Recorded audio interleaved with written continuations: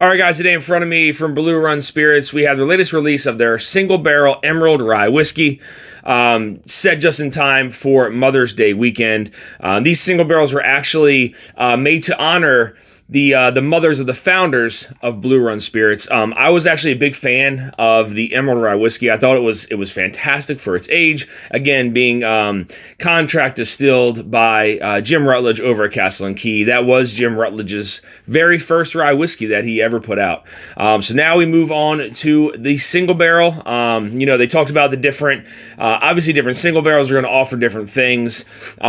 This one actually comes in at 116.3 proof, and this one was named after the mother, Jody. Definitely excited to get into this one, guys. So without further ado, let's go.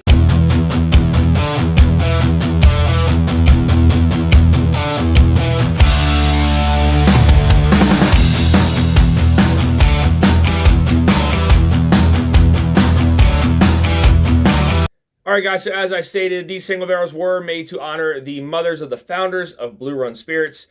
This one is named after Jody. Happy Mother's Day, Jody. This one comes in at 116.3 proof. Let's get in the nose. The first thing that I get on here is actually, it's like a sponge cake, and then there's a slight bit of floral further away from the glass. Further into the glass, there's this kind of like, it kind of shapes into this like dark kind of, like a slight cherry, a black cherry, more of a black cherry, and then a slight hint of like milk chocolate. So it's almost a chocolate kind of cherry cordial further into the glass. Further away from the glass, it's like a sponge cake with like a slight bit of floral to it. As I move the whiskey around the glass, it really starts to kind of open up. That floral note kind of starts to go away. More of that sponge cake starts to appear there. As well as that kind of like chocolate covered cherry. The chocolate is kind of subtle. It's there. The cherry is more dominant than the chocolate is, but that chocolate still has an appearance there further into the glass. It's actually a very sweet and inviting nose. It smells like it's going to be rich and dense. That sponge cake kind of vibe to it, and then that kind of like dark kind of black cherry is in there as well. The chocolate is kind of muted, but it's definitely present there. Let's get the palate, guys. Cheers. Yeah, there's a lot of texture to that. It's like borderline chewy, and I like that. It's very dense and it's rich, and it's got a lot of viscosity to it. The rye spice has like a kind of an initial burst there on the center of the palate, and then that kind of fades away, and that kind of goes into like this. It almost reminds me of like a Milky Way. There's a little bit of chocolate present, but then like right towards the back, there's like a slight like tobacco, like a sweet kind of tobacco there, and then a little bit of like some white pepper that kind of flows through. The front, I didn't really get a lot on the front palate on that first sip, but like I said, that initial shock of like that rye spice there that laid across the center of the palate.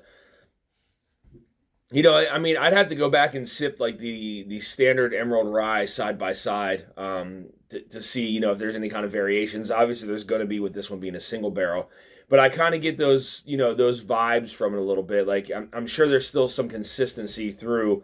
The standard Emerald Rye, and then some consistency throughout those single barrels. But you're also going to have some of those things that kind of offset, and make them, the single barrels unique. Let's get into the second sip, guys. So something on the front of the palate almost reminds me of like this, like it's a very sweet. It's like it's not like a fruit cake, but it's like a minty kind of spicy fruitcake there on the front of the palate. Again, like a little bit of like some tarragon, and then it's like this kind of fruity, kind of spicy fruitcake, and like a fruitcake spice cake. It's got definitely has some baking spices to it. It's like there's some nutmeg, there's some allspice, maybe a slight almost like a Cajun kind of like pepper flavor there across the center of the palate with some of that rye spice. And then that's when kind of like there's that chocolatey, there's a little bit of chocolate that kind of flows through into the back of the palate, and then there's like it runs into this like this tobacco, like tobacco leaf there, a little bit like a sweet kind of pipe tobacco with some white pepper that kind of finishes it off. It's nice because like the spice doesn't stop right at the center palate. It kind of goes through the mid palate. It kind of dies off on the mid, like the back to mid palate, but then on the finish it kind of reappears there. But there is like a nice kind of even layer of spice from that mid palate to the back. On the front, again, it was like that, like a tarragon spicy kind of fruit cake there on the front of the palate. I didn't really get that on the first sip, but more so on the second one. It's a very interesting single barrel, but it's remained like it's definitely very chewy, very dense. I like the viscosity of it. I think it has a nice full body to it. And if these are anywhere near the age of the normal Emerald Rye, that's very impressive for a single barrel. I'll say that. Let's get a last sip, guys. Cheers. Yeah, so now on the front of the palate, like some of that tarragon kind of faded off, and it still reminds me of like a spicy kind of fruit cake. And then middle of the palate, baking spices. There's allspice. There is like a slight kind of like Cajun pepper feel to that. And then there's that that rye spice, baking spices there, and then a lot of the activity happens on the mid to back palate and into the finish, because that's where kind of like where that chocolate appears. Now there's more of like a burnt kind of brown sugar that's kind of mingling in with that kind of sweet tobacco, that pipe tobacco, and then like that white pepper kind of like it almost like encapsulate like all of that into the back. It kind of takes on that tobacco, and then it also takes on some of that chocolate, and then some of that burnt brown sugar, and kind of just like kind of takes it over. I like the white peppery finish, but it's not overly dominant. Like it's still allowing some of those other flavors to kind of like mingle in together. So it's really just kind of forming this ball of like white pepper, chocolate, burnt brown sugar, and like that tobacco, all in like the mid to back palate and through the finish. That's I do hope that these are still out there.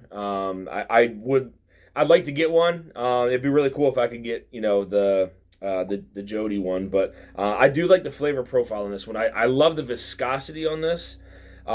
It does not drink like it's 116 proof. I'll say that. It drinks maybe like it's 100 proof, a little hotter than the standard Emerald Rye, but definitely not anywhere near that 116 proof. It goes down very, very easy.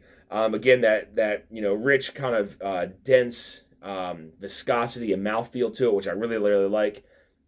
And I also think that kind of helps along with those flavors kind of maintaining, across the palate. Really good stuff here, though, by Blue Run Spirits. So I want to thank you guys for tuning into this episode of Dusty Dan's Whiskey Reviews. I want to send a big shout out to the team over at Blue Run Spirits for supplying me with the sample here to review on the channel. Guys, again, these are set to be released, again, right in front of Mother's Day weekend. All of these single barrels are, again, labeled in honor of the mothers of the founders of Blue Run Spirits. Mine was Jody, 116.3 proof. Again, love the flavor profile on this one. Again, it was very dense, rich and kind of chewy on the palate. The viscosity, I loved it. Offered a lot of different flavors. I think this was this was a great single barrel. I think it definitely had some of the kind of traditional flavors of that Emerald Rye, but then with a twist on it, obviously with being a single barrel. Definitely didn't drink its proof. This one could definitely get you in trouble. It drinks like it's 100 proof.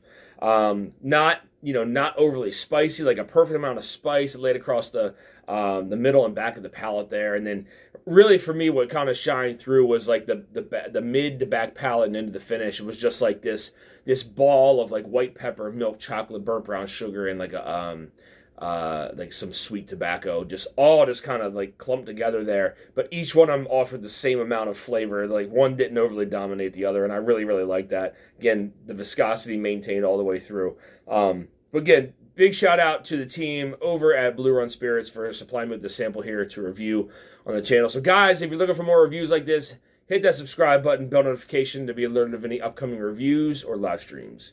You also find me on Instagram at Dusty Dan's Whiskey Reviews. Until next time, guys, stay dusty.